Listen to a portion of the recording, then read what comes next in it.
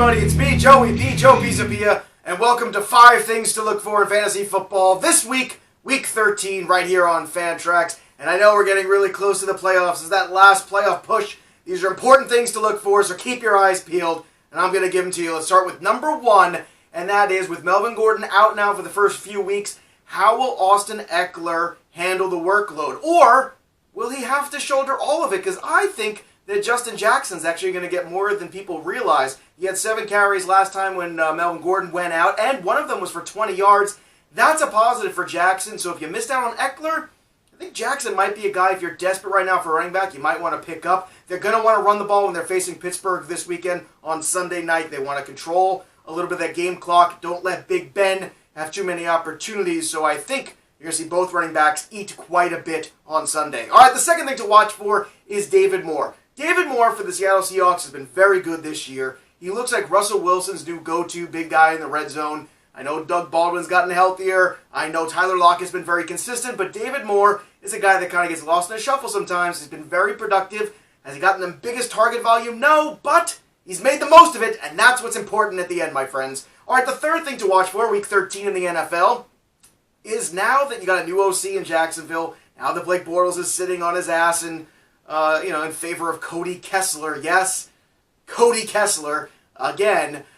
Really what it's about now is, with Fournette out, with no Bortles, how much TJ Yeldon are you going to get in this game? And my guess is going to be quite a bit of TJ Yeldon. So, you want to fire him back up if you own him. If he's on the waiver wire, fire him back up. It's one game, yes, but at this point, what other options do they really have? And you know he's a good all-purpose back. So Yeldon, not 1, but 2 thumbs up.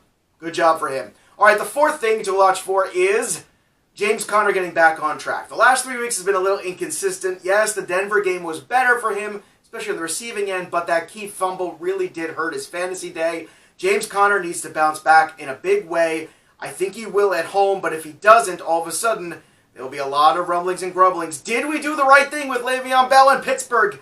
Look, James Conner has the ability. We've seen it before. Pittsburgh at home, we know is a different animal, but this Charger team is a different animal too, and with Joey Bosa back, that pass rush is for reals. We saw how they struggled last week with the pass rush of the Denver Broncos. That could happen again, this time at home.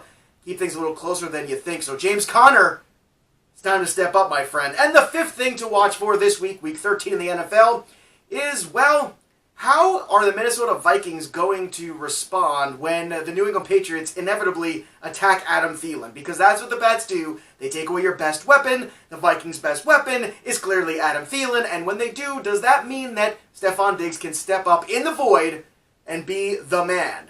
I think there's some real questions there against that New England defense there in this secondary, because you know Gilmore is probably going to be on Thielen. You know there's probably going to be some double coverage there as well and some help from the safeties. So if Thielen gets taken away, it's a real question whether or not Stephon Diggs can really step up and be that man. But it's certainly worth watching. I'm worth following, too, on the Twitter machine at JoePisapia17. Plus, check out all the great content at FantraxHQ.com, including our tremendous podcast network. It's tremendous. It's the best, okay? No podcast network is better.